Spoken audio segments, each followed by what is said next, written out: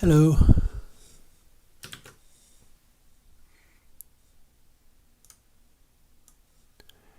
I am Chris from Airwindows, and we're dialing in a little bit late, but this is my Wednesday DIY stream. So,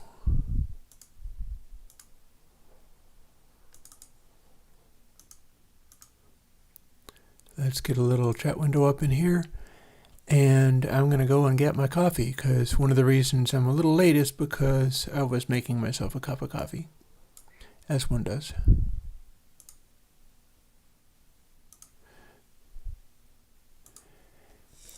And while I'm doing that, I guess, hi there.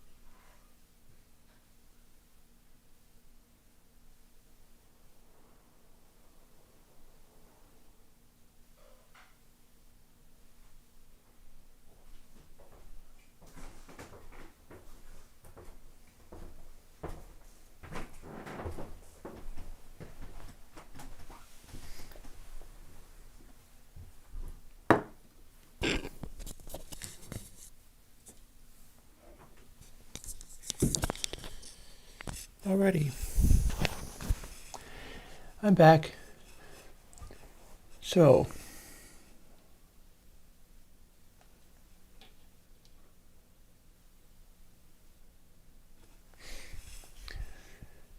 me just fooling with my videos. Got to do the weird videos.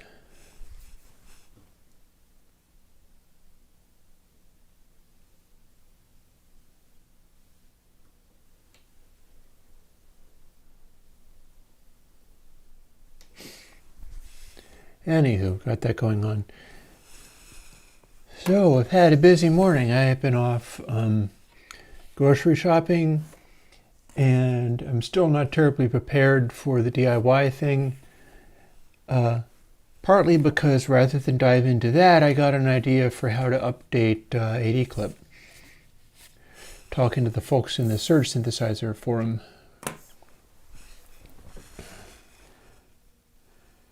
So one of the things on my mind is I'm interested in asking folks what they would be interested in seeing in a DIY synthesizer stream out of me. Like last week, we built this, which is a tiny little oscillator made out of a 40106 chip.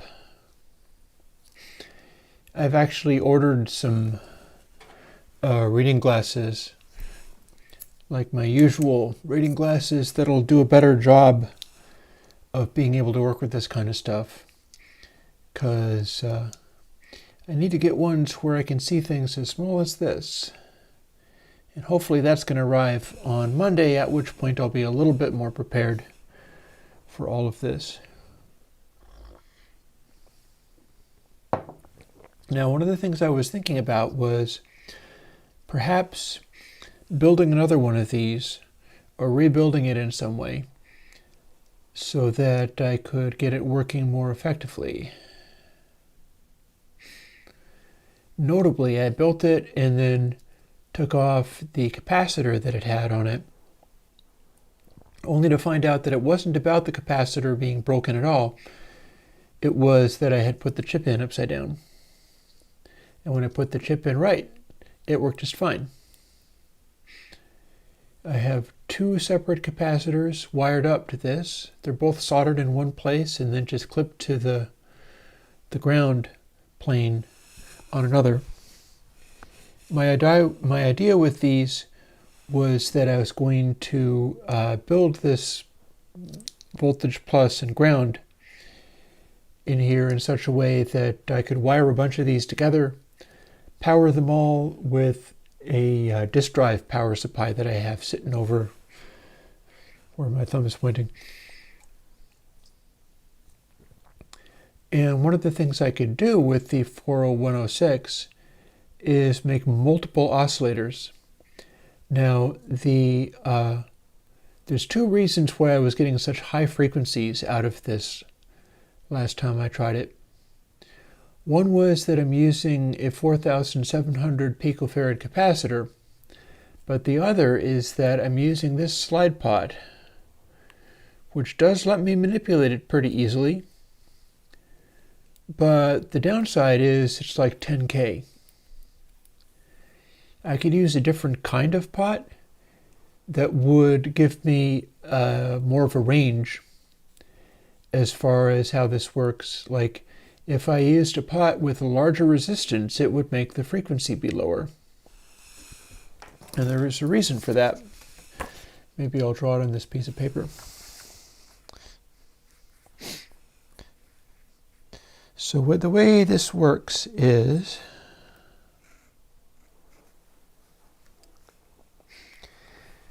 I'm pretty sure we're going into it's an inverting process.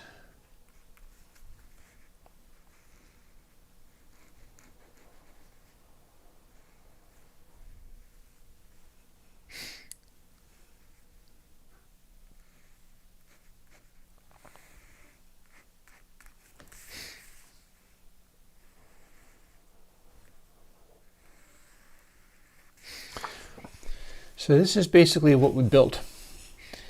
And the triangle here is the 40106. It is a Schmidt trigger inverter.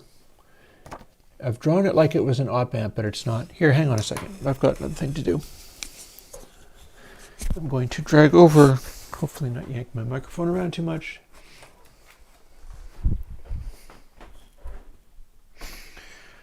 I'm dragging over my soldering iron because can fire up another light. There we go. Now you're going to be able to see this a little bit better, hopefully. So here's how this thing works. This is the oscillator I made out of these bits. And the way it works is it is an inverter, meaning that signal comes in the place that has a minus marked on it, and it comes out the end. Another way you can draw those is with this type of diagram. You can draw a circle to represent not. And the reason it works as an inverter is that the reason it works as an oscillator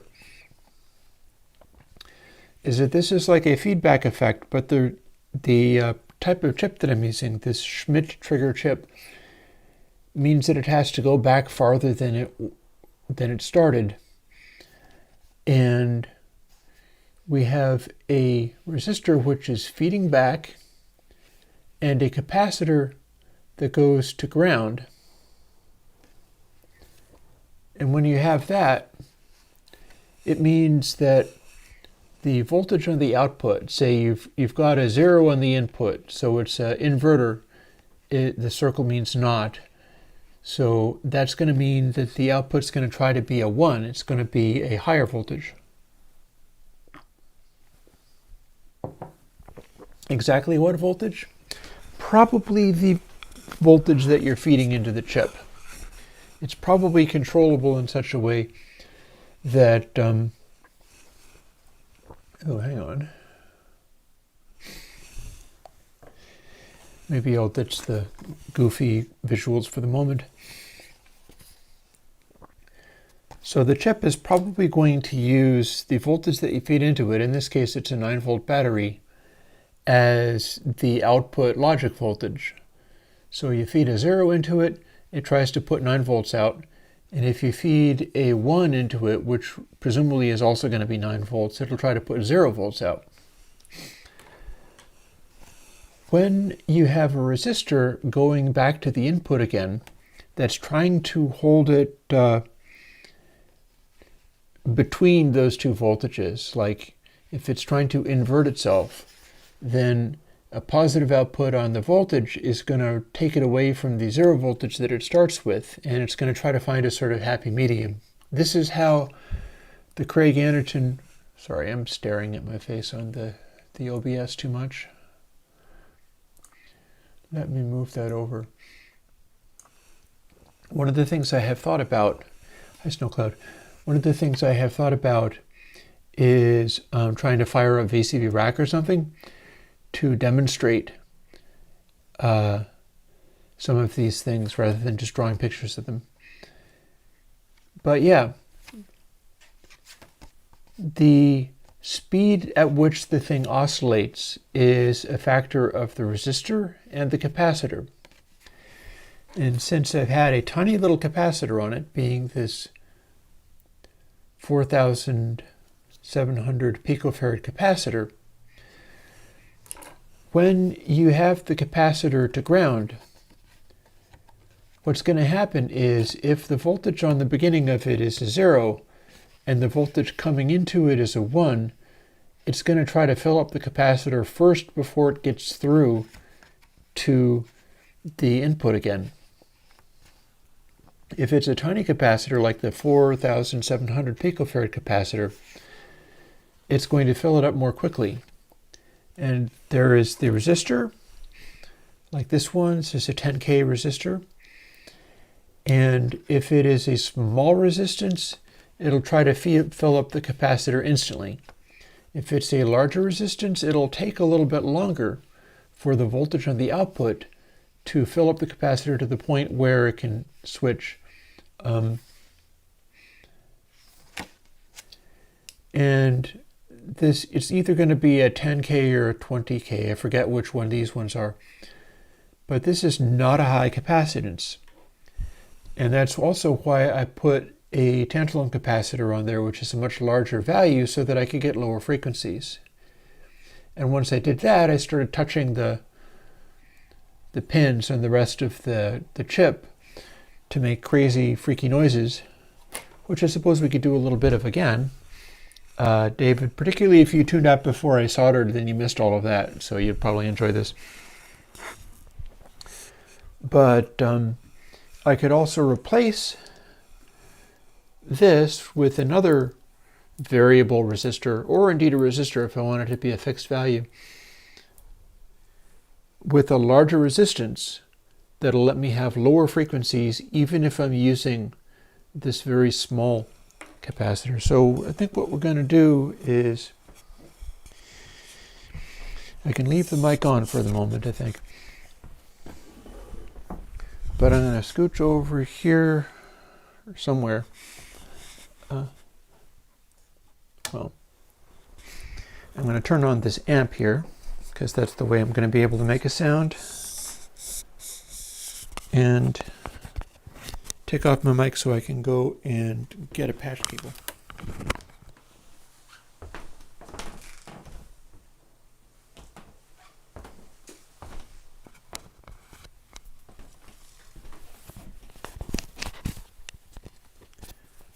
Alrighty, so having got my patch cable and trying to clip my mic back on again, I also need my battery, but I've got that. I'm pretty sure this is what I used last time, but possibly not. I'm not sure this will reach. Maybe I stretched it in some kind of bizarre way. I do, however, know that I had this as the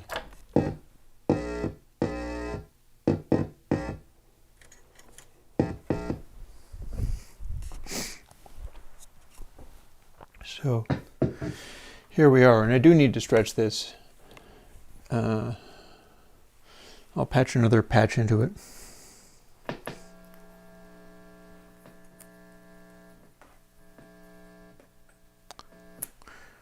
That's not very good. Hang on.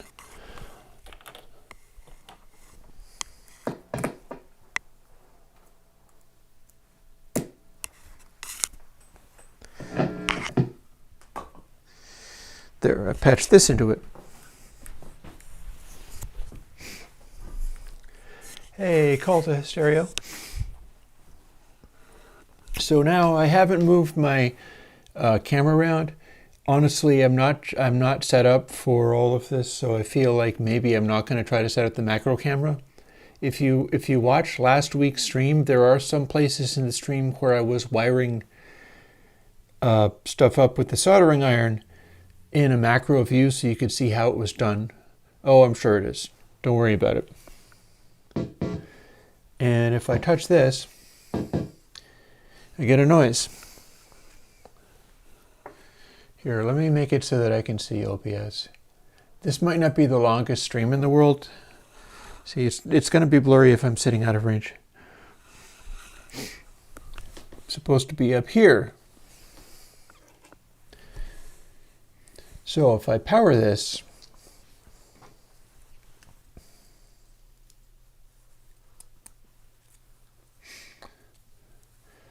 and once I've got people like in stream, it might be worth asking you like what kinds of things would you like out of a DIY building stream. I can touch this to, well, I can, if it works at least.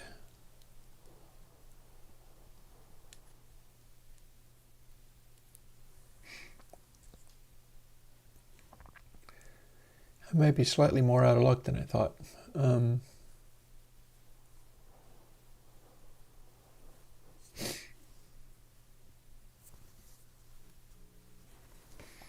Oh no, that's very quiet. It's supposed to be much louder than that.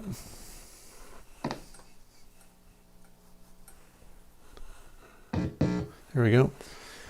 Bad connections.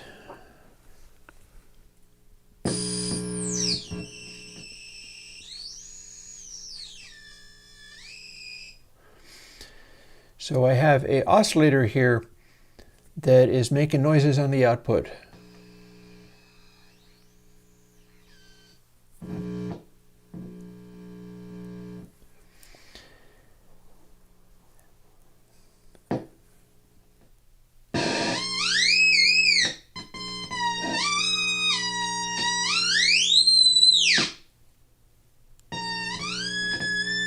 And I have two different places that I can touch the circuit to.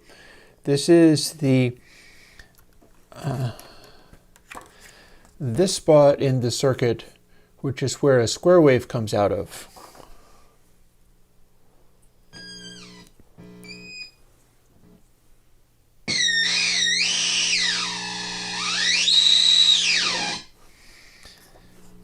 And then this is this place in the circuit, which is where it decides which place to go. It is this end after the resistor and where the capacitor connects to ground. Now, that's not going to act like a filter quite so much as it's building up voltage until it's able to flip, at which point it goes to the other part of the oscillator cycle and starts to discharge again, at which point it discharges until it flips again. So this is where you get a triangle waveform. Now, in order to make this work, I'm having to touch the ground and touch the ground on the cable because all of this is just totally patched together. But this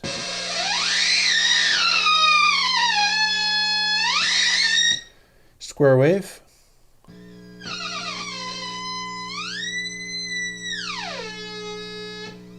more along the lines of a triangle wave.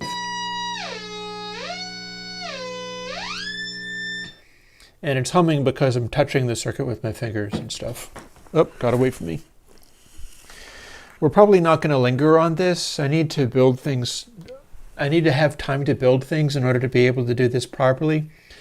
And I've been real busy porting hundreds of plugins to Apple Silicon, and that's not going to stop anytime soon because now I have to do the VSTs. So it's real hard to have this be up to snuff.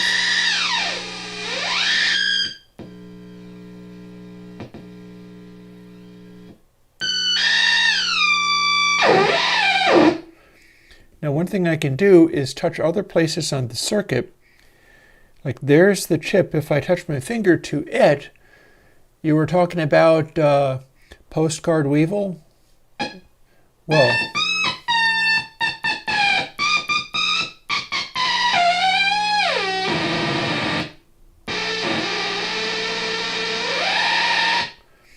the reason it's so freaky is because there's a lot of funny resistances going to different places in the circuit. The other gates in this chip aren't connected to anything, so they're just doing whatever they want, and that's why it screams rather than making a note. And if I allow my finger to touch the other parts of the chip,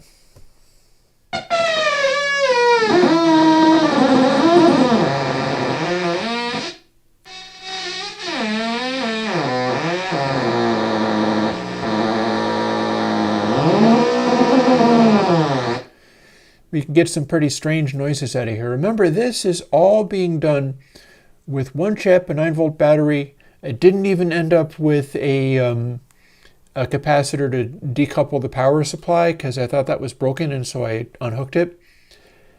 And I'm just doing the circuit bending thing.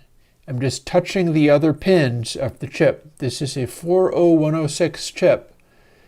And this is the circuit that makes it make a noise. There's a resistor from the output to the input of one of the 40106 inverters, and there's a capacitor on the input of the inverter going to ground. And what I'm going to do right now is, there's two capacitors here because they did the small one first and it was too high frequency. But we've been touching things and making it go to lower frequencies, so what I'm going to do is take a moment and unplug the tantalum capacitor, because these are plugged in to these little IC sockets that I've got lots of, and I'm going to be sending them to people and showing you where you can buy them. And rather than having to solder that bit in, I just soldered one side of it. And then the connection to ground is the connection to this little terminal strip over here.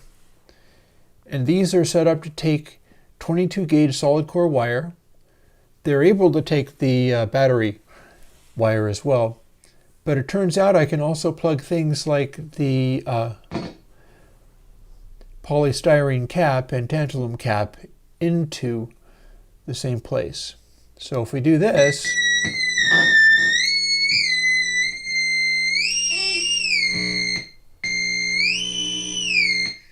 this is with the smaller capacitor.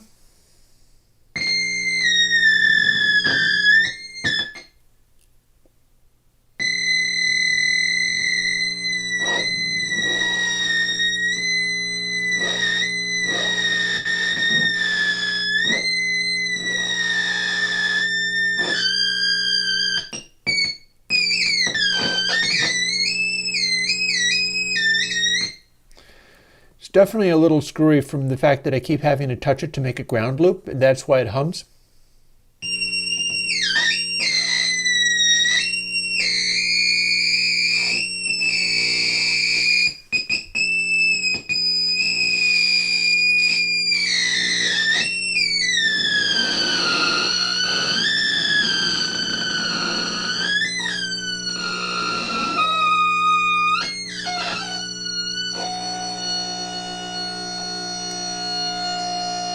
With that, we've got a sort of chord.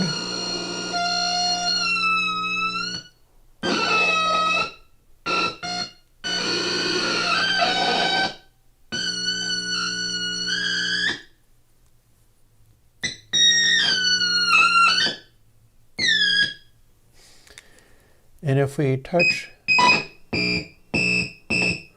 interestingly, when we touch the sound probe to, it's just the end of a guitar lead basically, to these bits of the circuit that are not wired up to do anything.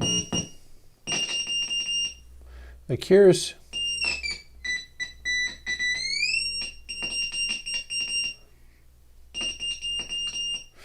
that is the one that's wired up. But if we touch it to the other parts of the chip,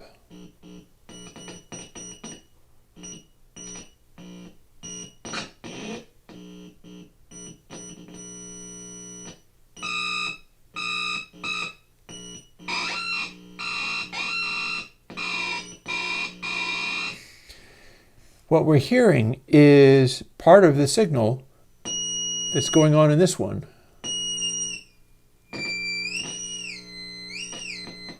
Even though the other stuff is not hooked up. Why is that? Because it is a Schmitt-Trigger inverter, and the inputs to these other 5 inverters on the chip aren't connected to anything, so they're picking up variations in the power supply off of the one that's set up to make a note. That's why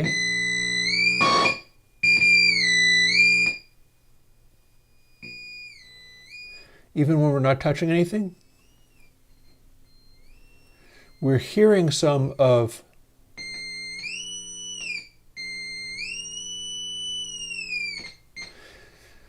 the note being made by the oscillator that is wired up. And that's the thing that's worth knowing about, because the fact is, if you don't connect the extra leads, they will find their way back into the circuit. Like the unconnected connections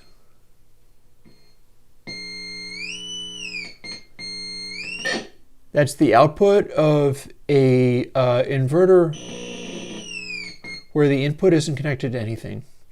And if I short it out,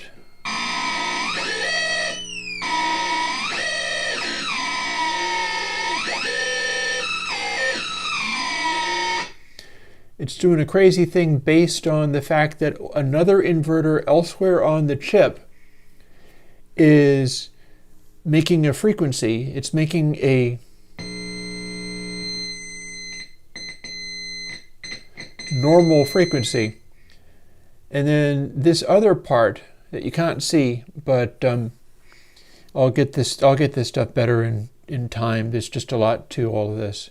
Like output, input, unless it's the other way around. Alternate input, alternate output. So this is one of the quiet part is the input to the inverter that we're not using, and it is not hooked up to anything. And then the loud part is the output of the inverter that's not hooked up into anything. Meaning that we've got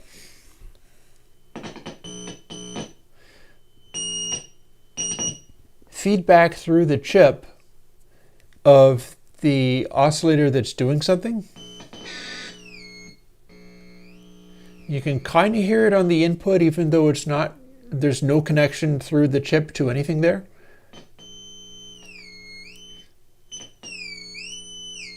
And you can definitely hear it on the output. And then when we bridge those two connections, we're taking one of the inverters like this here, and instead of that squiggly line, which means a resistor, we're just bridging those pins with the end of the plug.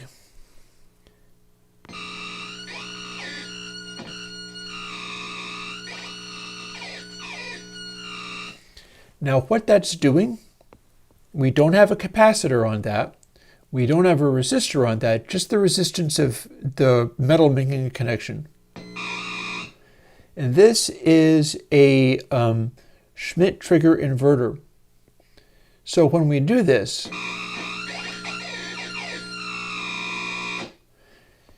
the sound that you're hearing is an incredible high ultrasonic frequency being run to the output, since it's still a Schmitt-Trigger, so it is still flipping in and out constantly. It's going from 0 to 1 constantly and then back again because the input's wired to the output. but there's no capacitor on it. So the process is not being slowed down at all. And there's no resistor on it, so the process is not being slowed down at all. So what we're hearing is only the ultrasonic frequency as it's being manipulated by the working oscillator elsewhere in the chip.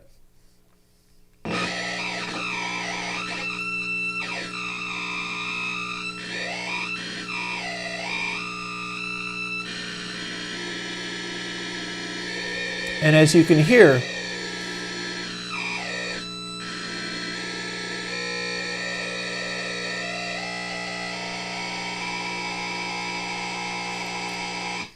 you can get it to interfere with the frequency that's going through the real oscillator. And here's another one of the oscillators. Same deal. Wire the input to the output on these guys and they will start oscillating at an impossibly high frequency.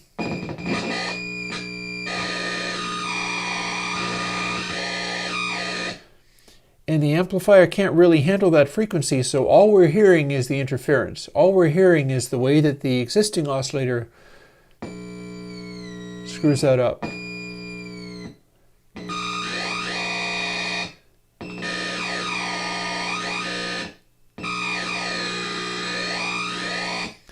So as you can see, every single one of these is actually functioning. Now another thing I can do if I stand up and go and grab myself another patch cord, trying not to trip over my cable too much. I really need to get all of this stuff going better. Let me grab a couple of them while I'm at it. This is going to be very difficult to do just with my fingers, but I have no better preparation today, so that's what you're going to get. And I'll go to maybe a little bit past one.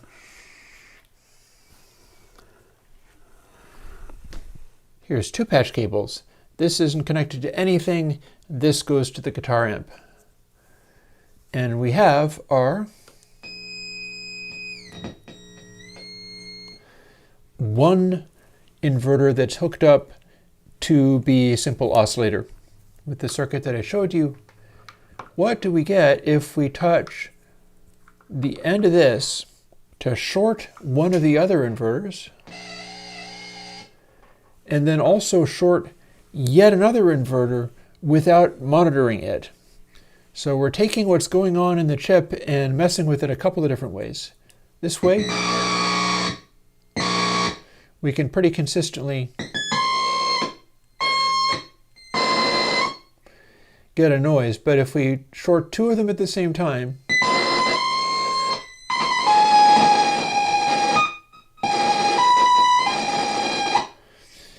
we're getting another change in behavior.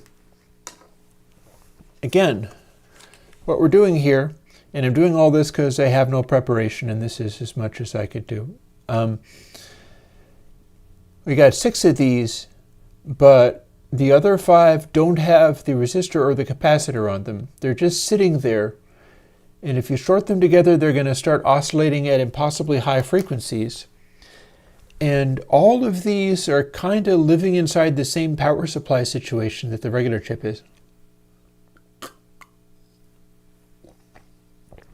No smiles today. I am not prepared enough to be comfortable enough to be smiling. I have to be more comfortable to smile. I just lost my wire.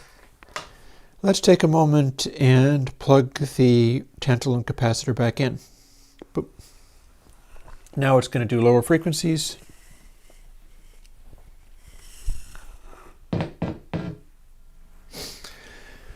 You know, at some point I'm going to actually wire up jacks and things and not have to spend the entire time doing this with my fingers and 9-volt batteries. But until then, this is what we got.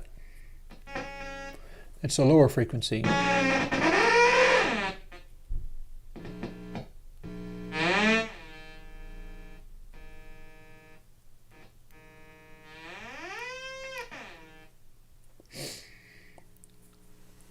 So, And it would not be dissimilar to postcard waveform because I'm pretty sure that's another 40106 device.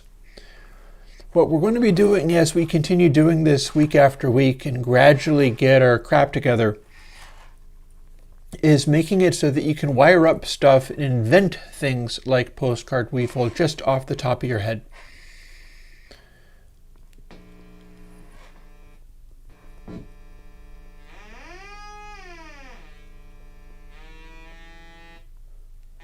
So that's the low frequency.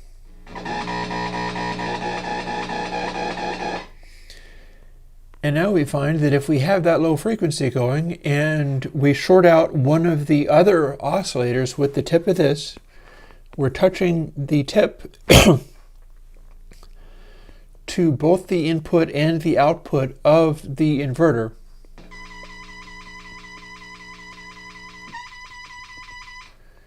And what that's going to do is it's going to make that one inverter feed back like crazy.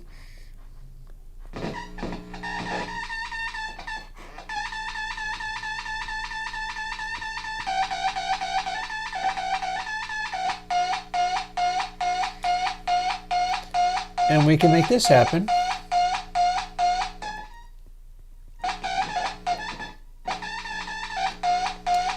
just by shorting out two of the oscillators. I'm trying to reach the control to mess with it further.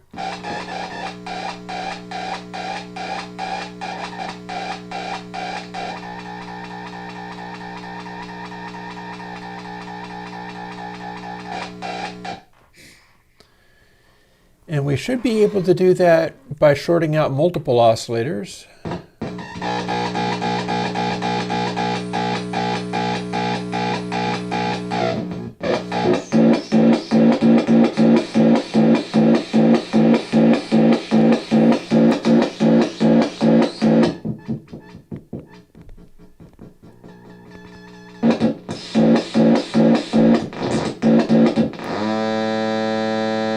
I'm not quite sure what I'm touching, but it's making a note.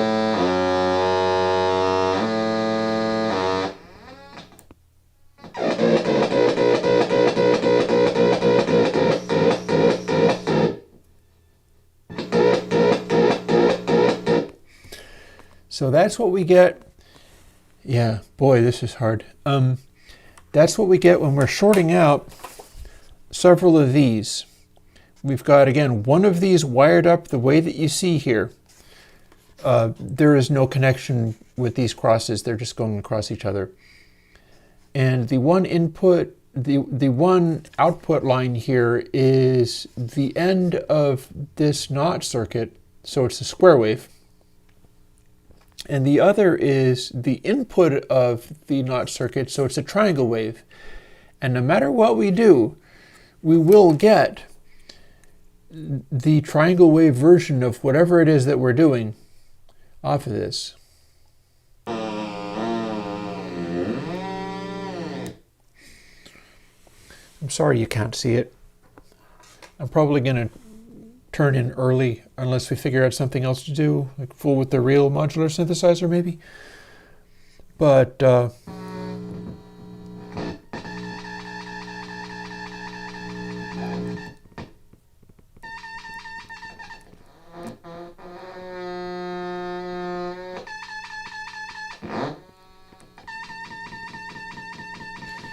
so if we're listening to the output of the triangle side of the oscillator, and honestly they sound kind of similar from here,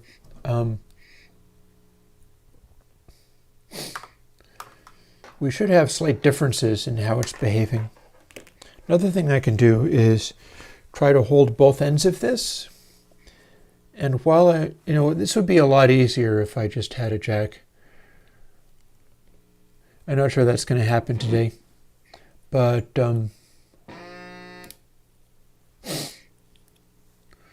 one thing that could be done, here, I know. I have stray wire here. I'm just going to twist this around the end of this cable so that it keeps making the noise and won't shut up.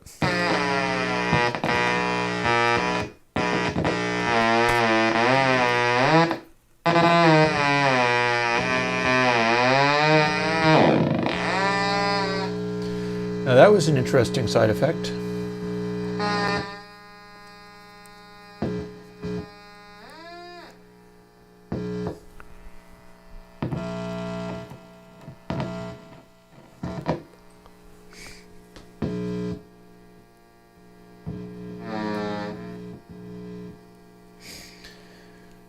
So one of the challenges I'm having here is that I can't get an output unless I have it actually touching ground in some way.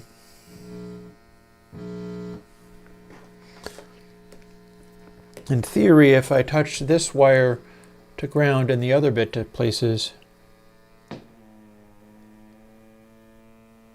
there we go. See, that is a clearer signal without all the hum. So I'm wondering whether maybe I had some wires handy. What I should really do is yank off my microphone. Bear with me for a second, because this is dumb. All this is stupid and dumb, and I should feel bad.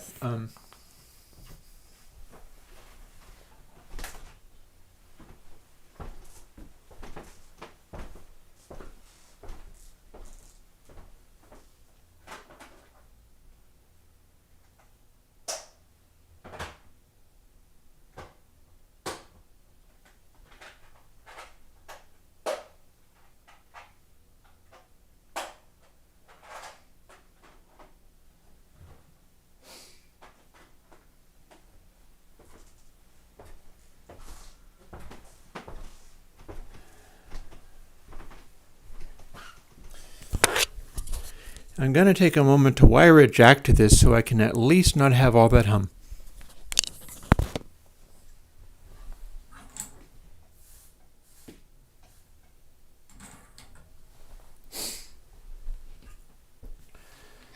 So once I've done that, I may or may not, I think I'm going to want to stick the jack onto this, meaning that I'm going to want to drill out some of these holes.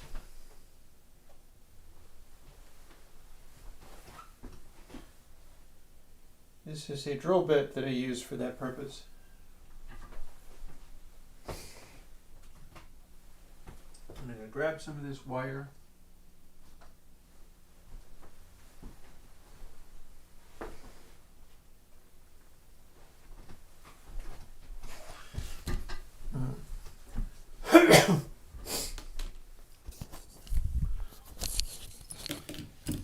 So more of the kinds of tools that one uses when one is trying to do this. So here's a drill bit. I think it's a 1/16 of an inch. Here's my wire stripper. Here's a needle nose pliers. You're probably going to want one of these. It also has a wire cutter inside it. I'm about to take advantage of all those things. And I think we're going to just hook this up so that I can get a sound out of the dumb thing without getting too frustrated, because this is just beyond my capacities at the moment.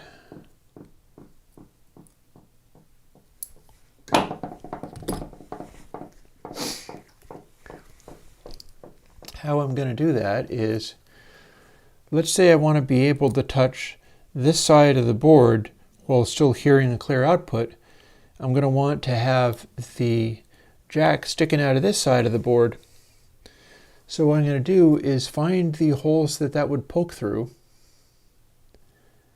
and I think I'm going to need to drill them out. Yeah, it looks like it.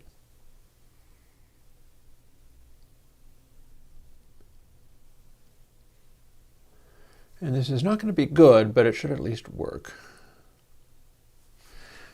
I'm going to start by just picking a random hole and going from there.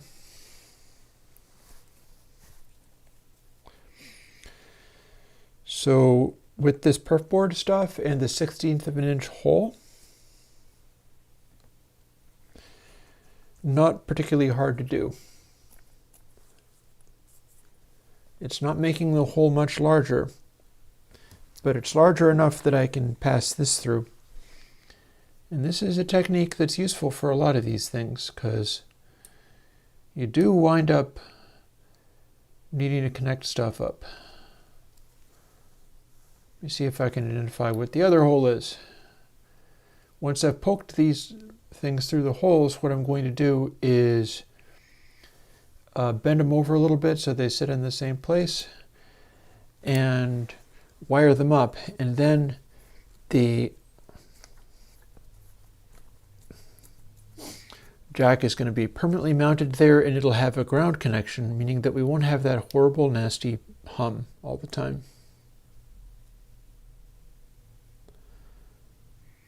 And then what's the third hole that this is going to want to connect to? Because it ain't lining up perfectly for me. But I don't care. There it is. So it's this one. See, if I can do this, you can do this. Any of you are bound to be much smarter and more effective than me. So if I can do this, you can do this. I think that's the hidden secret to how completely helpless I am with all of this, is that I can't do the close-up cam today. I'm not together enough to do the close-up cam today. But I tell you what I can do is poke this through some perf board and wire some wires up to it. So we're going to do that right now.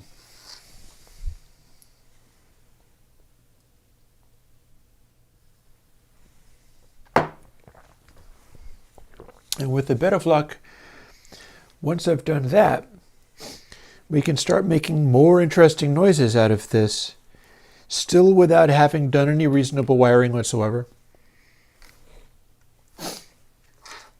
I'd want to go in advance and like put more of these in there. You know, there's an interesting side note to all of this. I've been reading a book called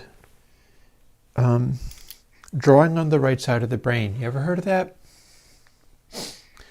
It's a book for teaching people how to draw. Don't mind me just moving a wire.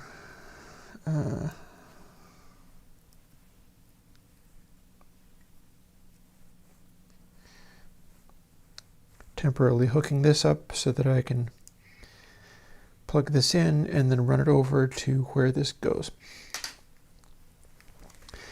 The whole purpose of the book, Drawing on the Right Side of the Brain, is that you need to get out of either your right brain or your left brain, I forget which, in order to be able to do certain types of intuitive and creative behavior, invention, construction, stuff like that. Hang on, let me see. Which one is the ground? It's this. The ground is the one with this flat side. So I'm going to wire the ground wire to the pin where that is.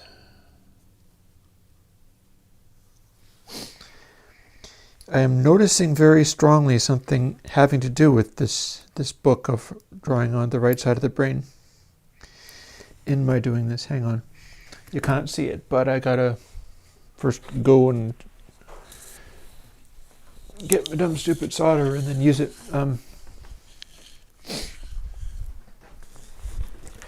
I'm experiencing this so hardcore that I think it's worthy of note. Namely,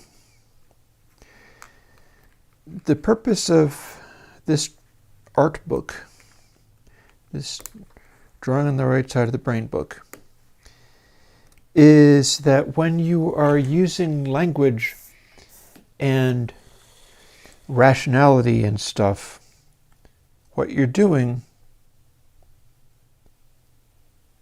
is sort of coming up with coherent answers for things. What you're doing is, and let me see whether maybe I can, I know, I'm going to save myself a little trouble by running this wire over here.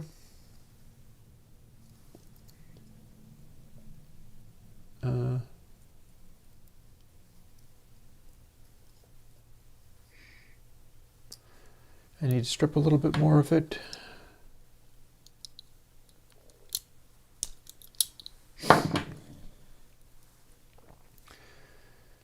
So yeah, the idea is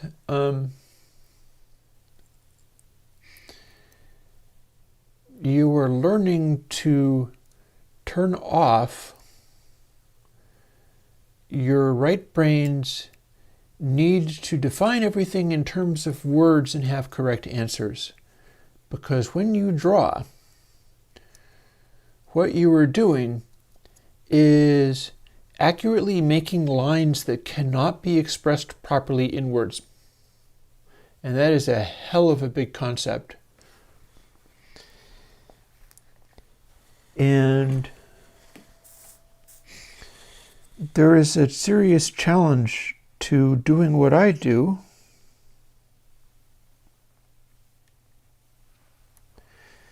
And I'm probably just going to embrace the challenge here. I've just soldered the ground wire.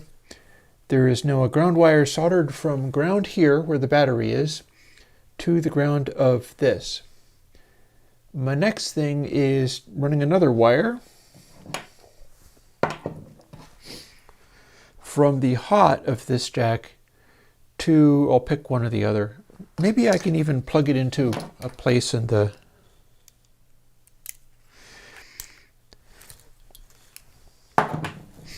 So here, observe what I just did. I said maybe I can plug it into a place on the. What I've observed is I want to run a wire from this jack to somewhere in the circuit. I have these places where you can plug stuff in, but they're just ground and hot. They're just voltage. I don't have coherent things going on this chip where they have outputs yet. But I have two spots on this potentiometer, because the potentiometer is wired up to two places using these little wires here in the back, and one of them is connected through capacitors to ground, and the other one is the input to the circuit. So they're basically these two places on the inverter. I've been touching this cable, or one much like it, to these. Can you see how it's like a little bit of the pin here connects to these places.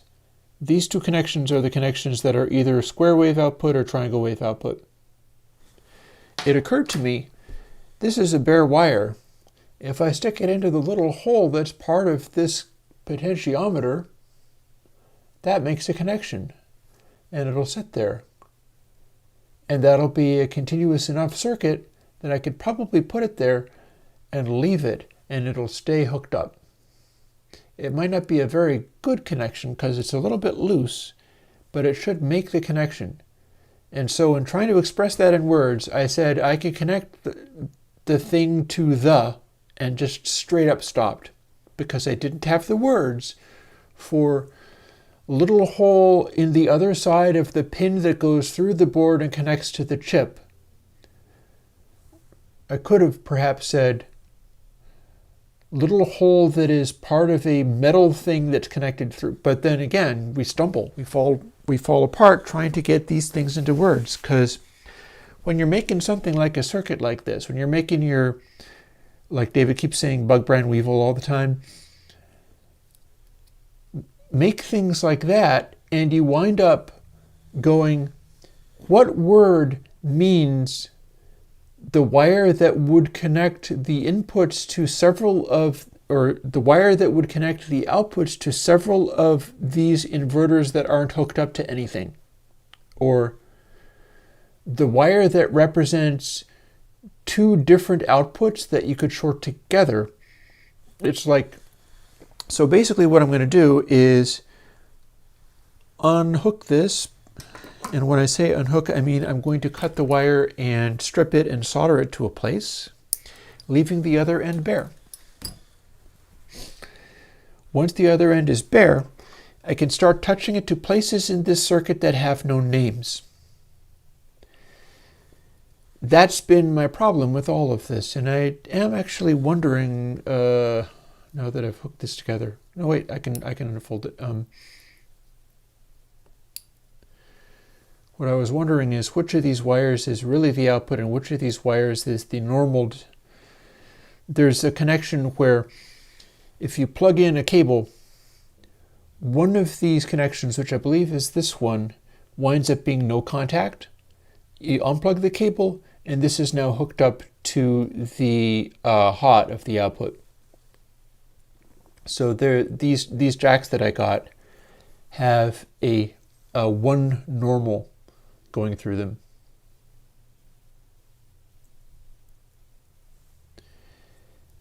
And that's the thing.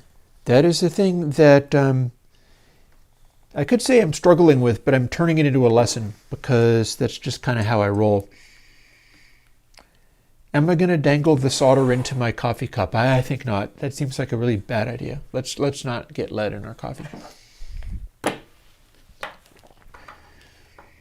But I want to balance this entire circuit on this in some kind of way so that it still is metal to metal touching, so that I can heat it up with a soldering iron, solder it together, and have a connection without it falling over. And again, more of the same. It's possible that this is why lots of people don't do this. And maybe this is a good sign towards me taking this somewhere, although I have very little going on as far as this all being ready. But I'll tell you one thing. This has been plugged in this entire time. You didn't hear it humming.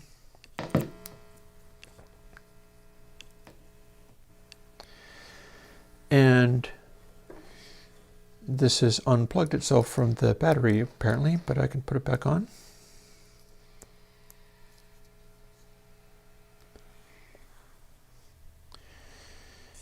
Now, my microphone down.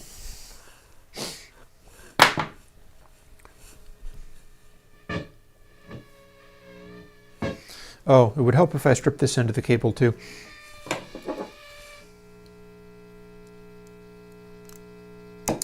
Oop.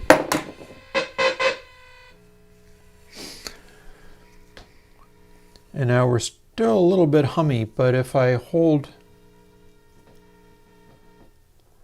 this end, it goes more quiet. And now if I touch this wire to things,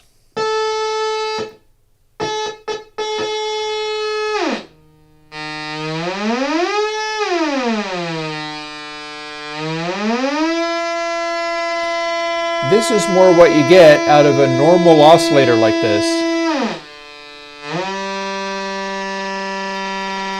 But remember, we can still short things out.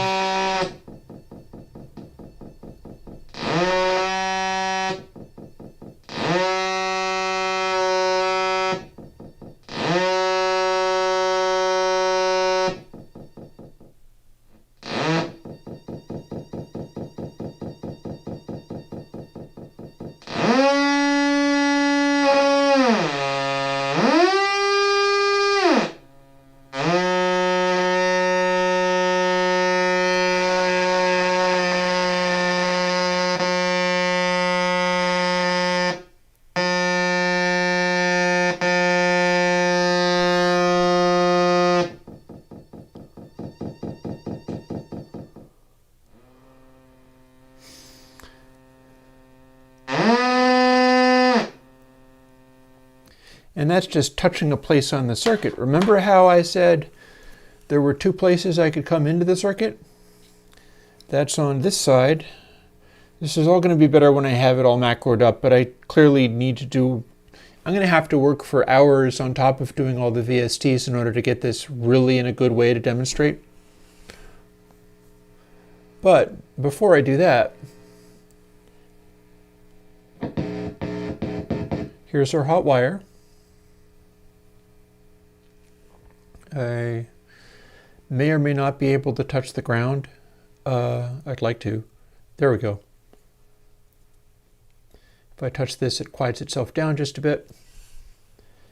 And if we touch this to the two places on the circuit I told you about,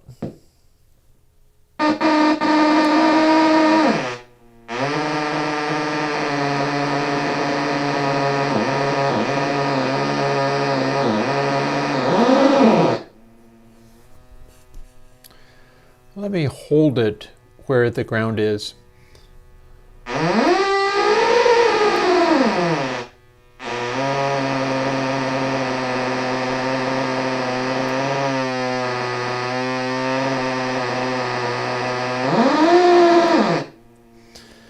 And then if I touch it to the other place on the circuit, not the output of the inverter, but the input,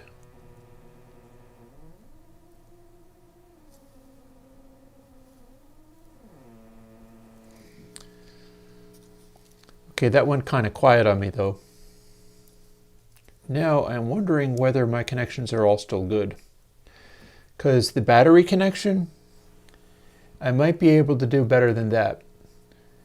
The batteries going into these little IC jacks, which is my concept for setting all of this up in future more elaborate builds, where rather than just touching things and being random, we'll run wires from one place to another. You heard how much better it got when we went from being literally just touching it to having an actual ground wire run. So what I'm going to do now is, my soldering iron is still on. I remove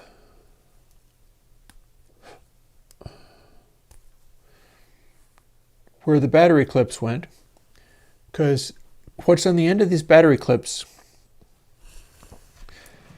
is not 22 gauge solid core, and it's not really making a great connection with this circuit. It's a little sketchy, but the opposite side of where I had this is soldered together, and I can just touch these to the relevant places and melt them on with the solder, at which point it'll be a much more solid battery connection. So let's see about doing that. And the way I'm going to try to hold it where I can do it is holding this together somehow, like perhaps balancing it inside this in some way so that it doesn't topple over. And this is just another beautiful example of the there are no words problem. But increasingly I'm feeling like that's kind of the point. You can't see this, but bear in mind, I'll do it as fast as I can. I'll show you when I'm done.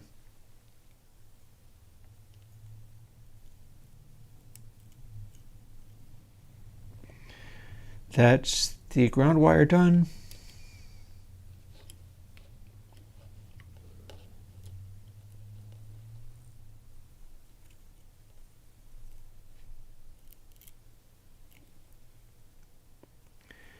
That should be the V plus done.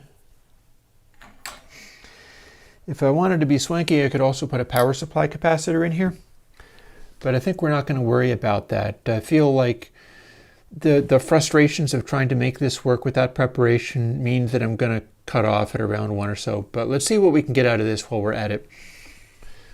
So now I've wired the 9-volt adapter on because I don't have power supply ready to go. When I have power supply ready to go, what that's going to mean is that I will have access to not only 12 volts but also 5 volts, because there's a bunch of stuff I can do. I wonder whether I have it. I kind of have it where you can see it.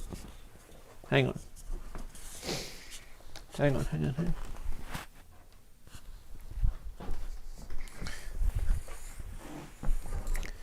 See, here's another neat thing that is going to come into play in future.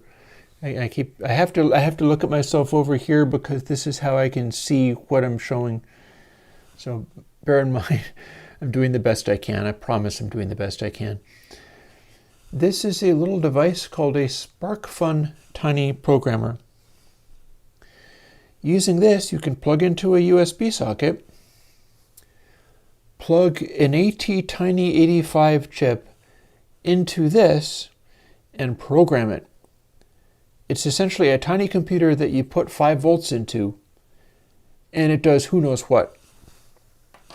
It's essentially a much more complicated version of what's inside these, which is inverters.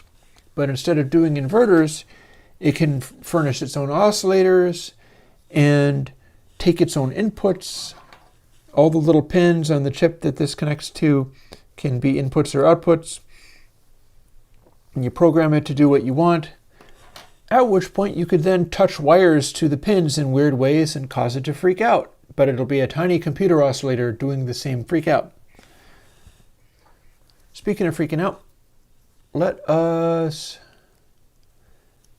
connect the battery and confirm that we have a functioning noise. I'm really going to need to get a better cable for this. Plug it in. The reason we don't hear anything is that that wire is not connected. This is the bit we need to touch to something to make it work. So,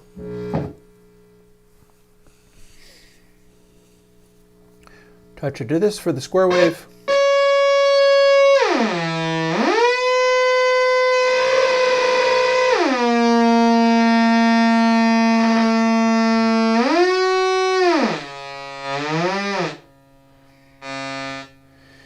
I think one of the things that's happening is there's something with this potentiometer where it's not making a connection at the very end, and that's why it's going quiet. And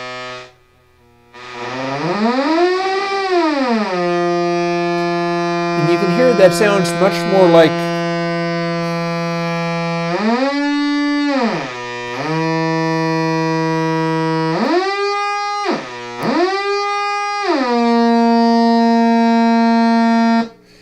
weirdly, that's not that quick.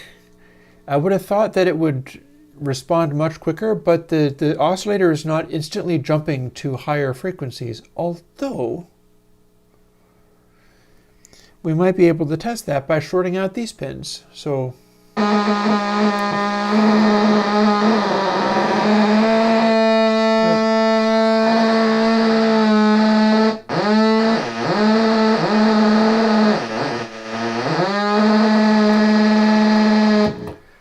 So that's pretty gnarly.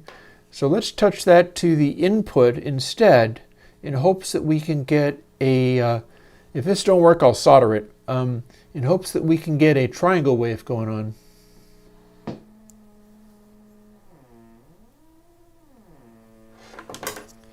As you can hear, that's much quieter, but that's expected.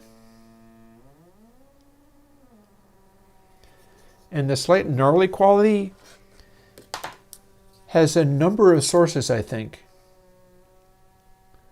Any bad connection here is going to cause it to do that, but also what's going on is the other oscillators inside the chip are going to have an effect on that.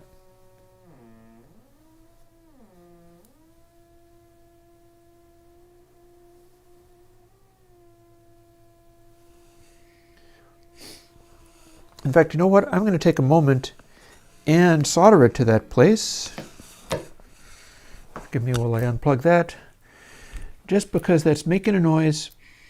In order to do it properly at a full volume level, we would need to run it through an amplifier, but I'm plugging into a guitar amp, so I can simply turn it up. And if I solder it to the input of the inverter, meaning this is the place where I get the triangle out, it'll be consistently at that low level. I'm going to see whether I can do that now. So touching a bit of solder to the wire now and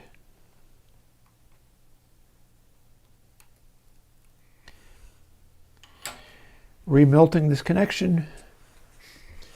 My wire is now permanently attached to the triangle out, which is technically the input of the oscillator.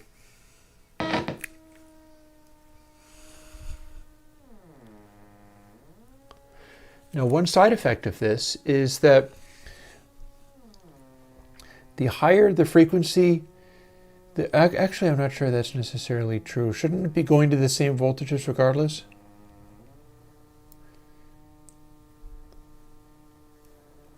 And if I disconnect this capacitor from it, because here's the thing, I think I might be able to do something amusing with this wire.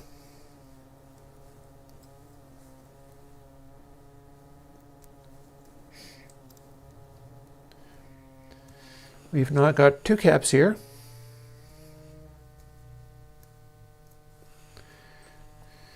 One is wired to ground, and one is not. So if I'm fooling with this, and part of the reason that this is not a consistent triangle wave, and let's make it, I said I was going to make it louder, let's do that.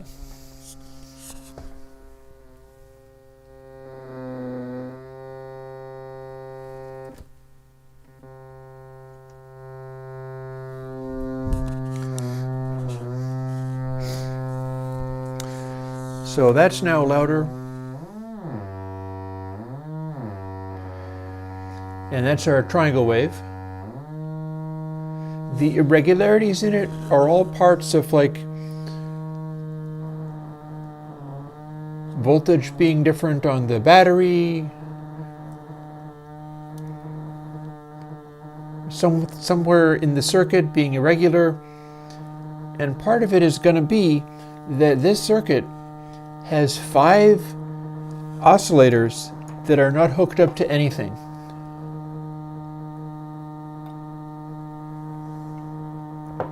So what are we going to do with that? We're going to short some of them out and see what happens. All this is going to be more fun when I have better preparation, but for now,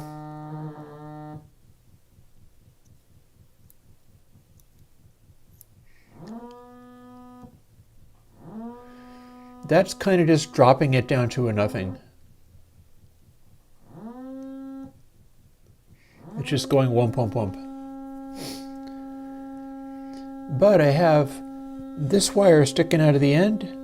That's from this other capacitor that is also attached to the input of the thing. Here again with the lack of words, input of the thing, input of the oscillator.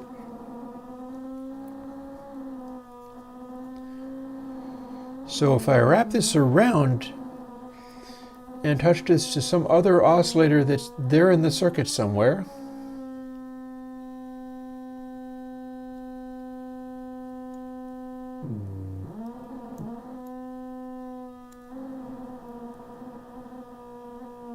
well, it did something for a second.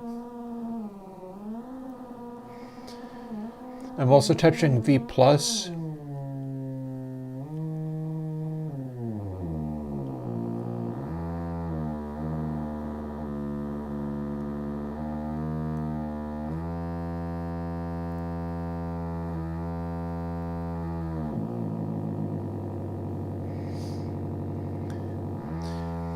And what I've got there is, it looks like one of the inputs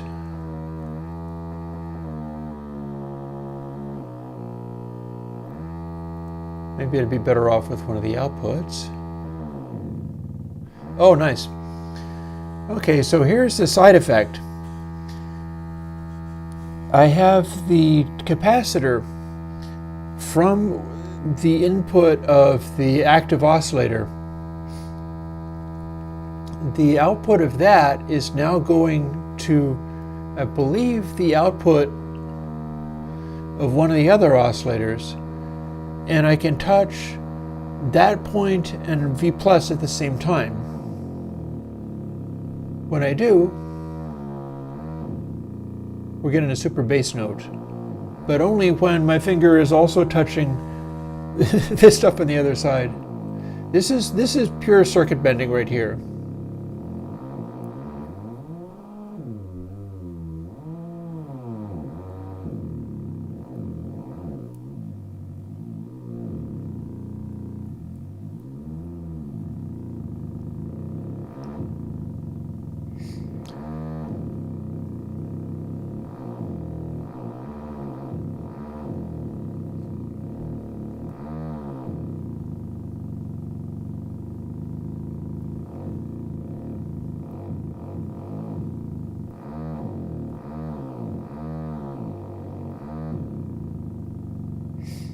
One of the interesting things about the triangle side of the oscillator is that as we go to lower frequencies, it's getting a little louder.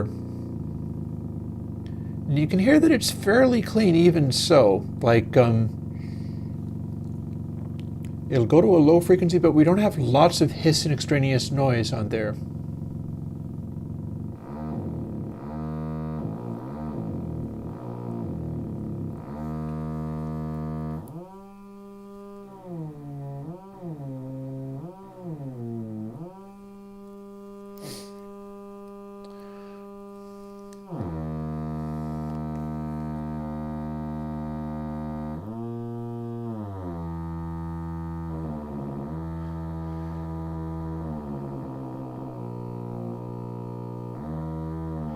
Now when I do this, I'm touching ground and also a set of the oscillators on the other side from where the active one is.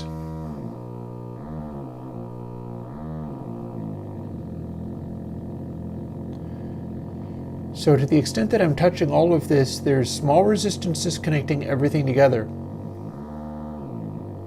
And the irregularity that we get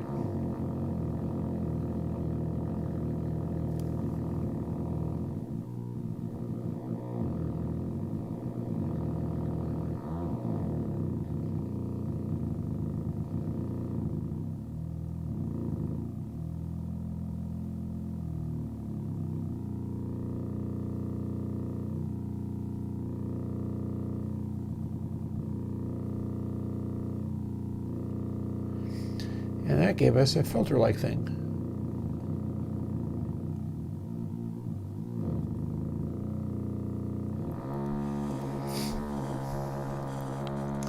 And then lastly, I'm going to wiggle the tiny capacitor until it falls off.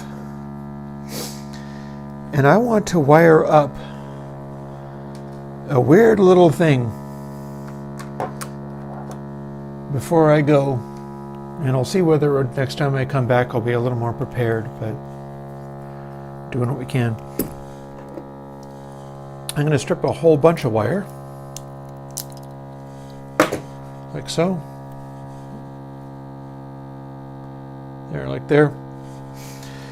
And I want to make little sort of staples of wire, little like U-shapes like this, but much smaller, so that I can try to wire the output of every inverter into the input of every other inverter and back again. I'm just going to hardwire it all together, but without soldering it. It's just going to be, rather than a resistance touching everything at once, I'm going to try to make it into a loop,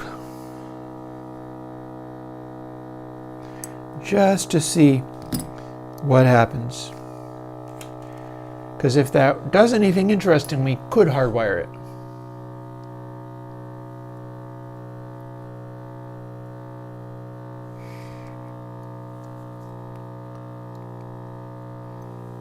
And technically it doesn't literally have to be a loop, but that's the best my language can do for today. Again, into that right, left side of the brain thing. I'm trying to measure this. Another possibility is I could simply bend, as long as we're doing this, I could bend these pins to touch each other and then solder that. And that might be fun. And maybe I'll do it while it's still making a noise. We'll see what happens. Because remember, this is a 25-cent chip. We do not care what happens to it. And it's on a battery, so the battery's not going to hurt us either. I'd recommend not doing this kind of thing when hooked up to like wall current or even a proper power supply. But this is pretty harmless.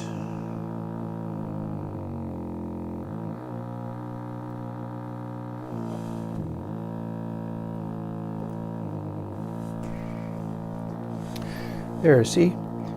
Some of these are now little V-shapes. The pins are touching each other. And I have chosen pins that are the outputs of one thing and the inputs of the other.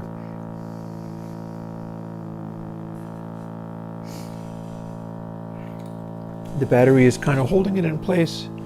The whole thing could fly off and fall on the floor, but in case it doesn't, let's see.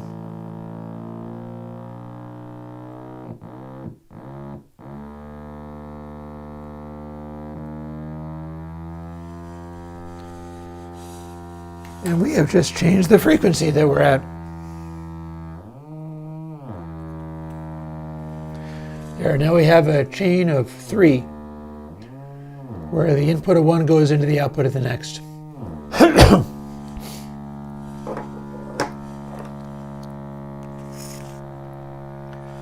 Let's liberate a piece of wire and see what we get.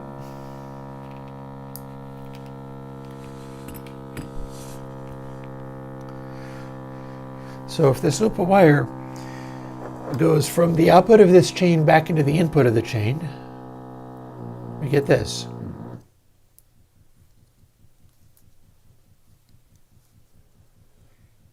Just kind of shuddering. But if the input of it goes into the oscillator that's doing something,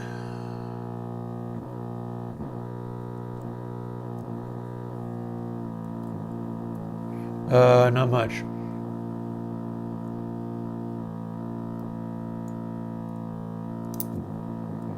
How about if the output of that whole circuit goes into the input again?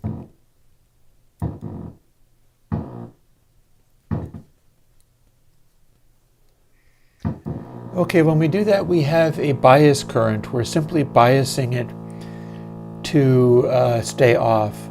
We've got a voltage here of some kind. It's either ground or it's hot. We touch it to the input of our circuit and it stops all the oscillation from happening. We just shut everything off.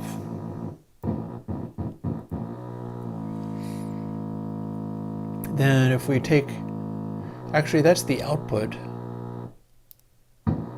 but it's the same thing for the input.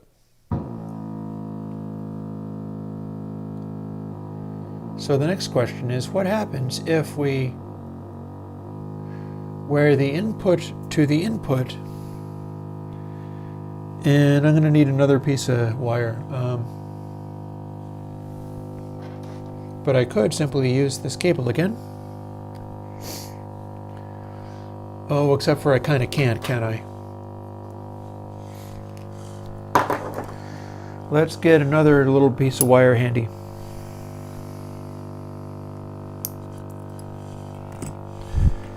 And strip it.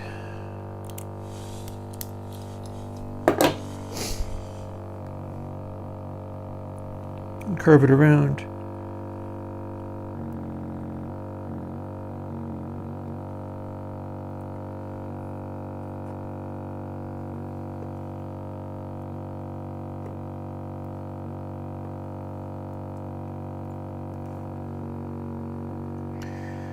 Don't mind me, just trying to connect the wires.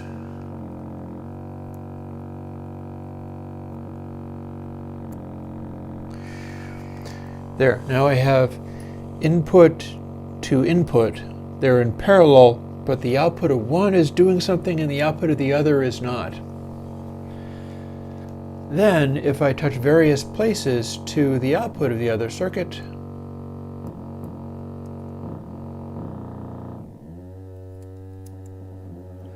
we have a result of sorts.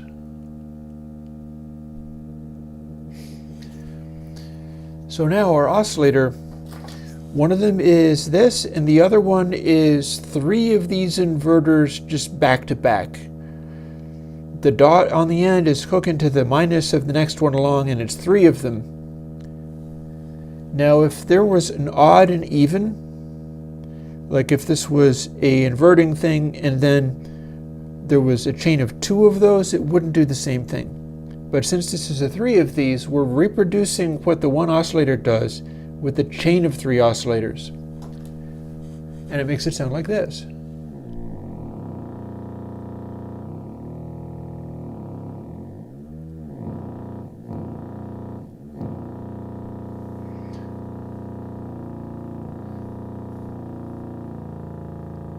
So it appears to go to a lower frequency.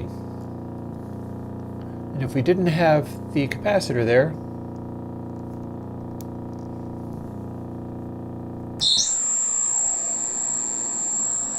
it's gone mad.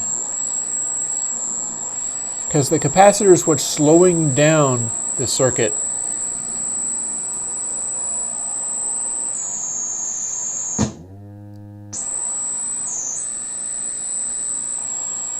So now we've got a horrible high frequency noise generator. But why stop there? What happens when we touch this to other places in the circuit?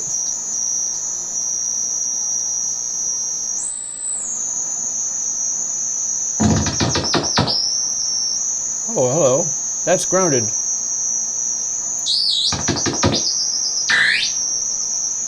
It's a resistor.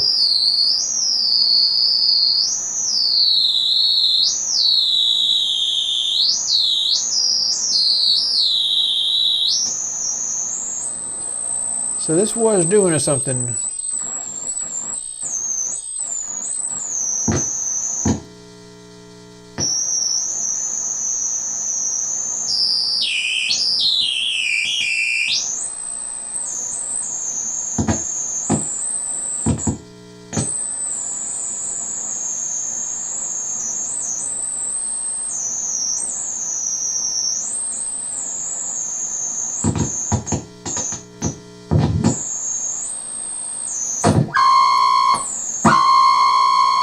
Oh, hey, now it's V plus. So, ground. Oh, we upset the circuit so bad that it took a while to come back to life again. Ground or V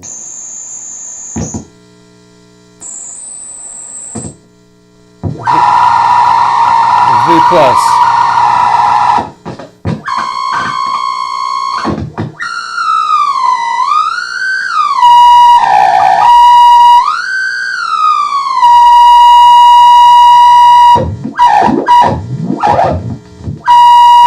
Become very sensitive to voltage.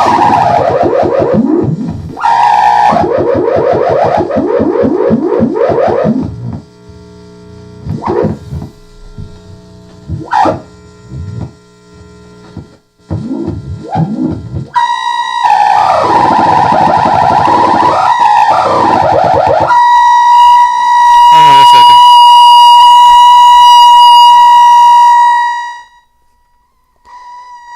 I'm going to turn you down.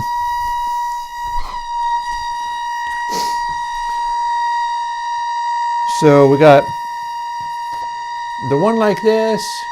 It's parallel with one that has 3 inverters in a row. Those things are soldered together for the most part. And then rather than the capacitor going to ground, the capacitor is now going to V plus. And when I touch my fingers to V plus and ground at the same time,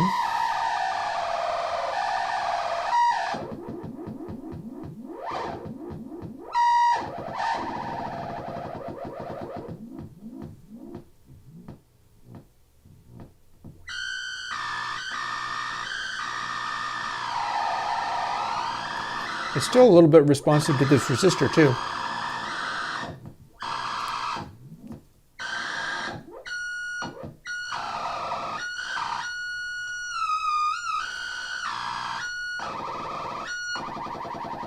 So how's that for a touch plate?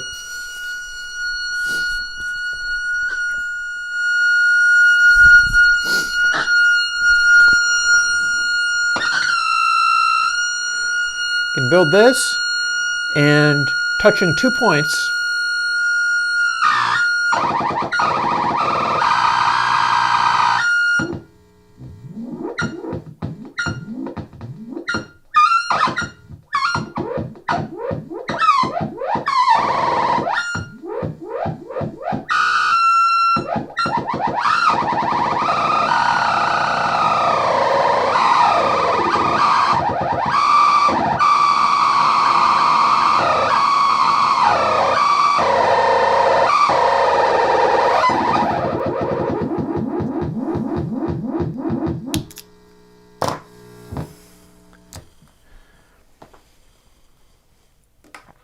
And with that, we'll call it a day.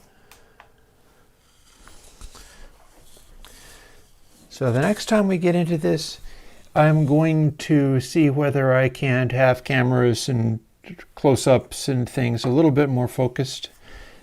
Again, I was a wee bit distracted, what with running off grocery. Look, I haven't even finished my coffee. Running off grocery shopping, and then having an idea for a new version of AD Clip. That's in the back of my mind, so there's a lot on my mind. But all things considered, as far as DIY SynthStream is concerned, this is what we had last week, and we took a soldering iron and we stuck pieces of wire all over it, and as you've heard, we now have a version of it that can do steadier tones, more normal style of oscillator, or it can go crazy nuts bonkers with just resistance between various points. And the final thing, which was purely by accident, was taking the capacitor that's supposed to go to ground to make this function as a circuit. And I happen to have unplugged that at one point. And that's what got us our crazy, shrieking high frequency stuff, because that threw the entire thing into oscillations as fast as it could go, meaning that since there were two different types of oscillator in parallel with each other, the whole thing kind of went bonkers. At which point, the end of the capacitor, and this is probably that probably ran the risk of blowing the capacitor up, except for that it's a 35 volt cap and reasonably durable. But I was wiring a tantalum capacitor backwards. Yeah, don't do this on wall current or anything like that. They can't explode. This did not explode on me, even though I had it wired up so that the minus was to V plus, 9 volts positive, and that's what caused the final craziness of the behavior. I think maybe I'll stick with battery power for a while, seeing as some of these things that we are doing are getting into the zone of wacky circuit bending, and that seems pretty amusing. In particular, I hope there's 2 points that I would like to leave you with. One, I hope it's encouraging that I can know this little about what I'm doing. Granted, I've been doing it for a long time, but these particular things I'm putting together aren't going well. And I'm still getting a lot of interesting, gnarly noises out of them. And 2, it's that drawing on the right side of the brain thing, where almost everything that I'm doing with these is throwing me into places where I don't have words to describe what the next move is. If the next move is make this into an oscillator that's parallel to another oscillator which is wired together with the pins shorted, there's often no good way to articulate that stuff. There's no language for some of these things. Like, what's the language for touch this and this at the same time, and this point in the circuit is pulled more towards V plus, except for maybe you're also touching this other point, and if you do it just right, the circuit really goes bonkers. That kind of thing could be very interesting, but when you try to express it in words, that's really hard. And that's kind of the secret, because if you are putting together stuff and you need to articulate everything before doing it, that's going to be a very limiting factor. And what we got out of that was some fairly boring drone oscillators that just go except for they weren't all that clean as far as making a nice predictable note. And then as soon as we started getting into these weirder zones, stuff kind of woke up and started going bonkers, and that could be interesting too.